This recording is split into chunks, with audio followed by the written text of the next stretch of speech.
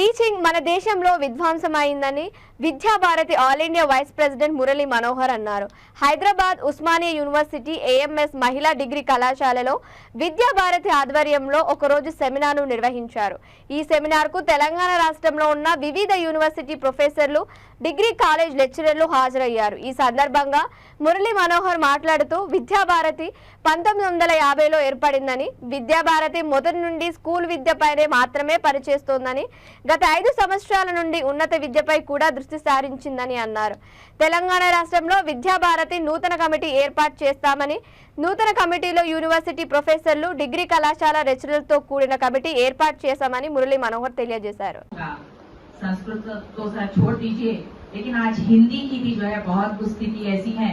लेकिन फिर से ये मैं कोट करना चाहती हूँ कि वर्तमान समय realizing this potential in institutes and colleges, that is the greatest voice. The second, maybe it is maybe due to English as a medium of instruction, or the way we set the విద్య గురించి విద్యాభారతి చెప్తూ ఉంది. అట్లాగే new education policy ఇంప్లిమెంటేషన్లో అనేక సమస్యలు వస్తూ ఉన్నాయి.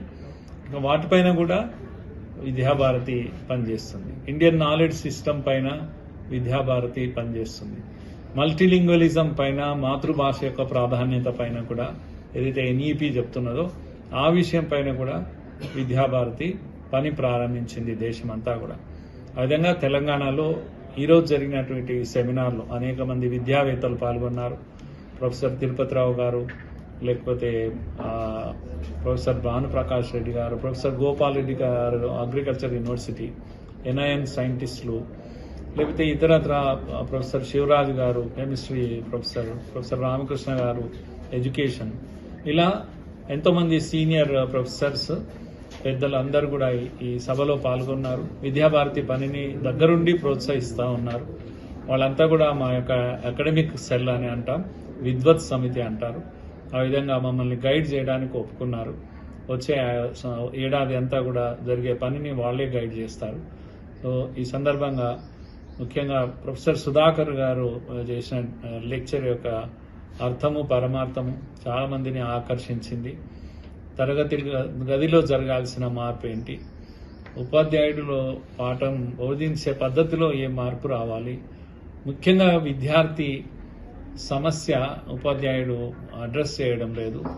ఆ విధంగా టీచింగే విధ్వంసమైంది మన దేశంలో. కనుక విద్యార్థి జ్ఞాన కేంద్రిత క్లాస్ రూమ్ అంటే ఏంటి అసలు?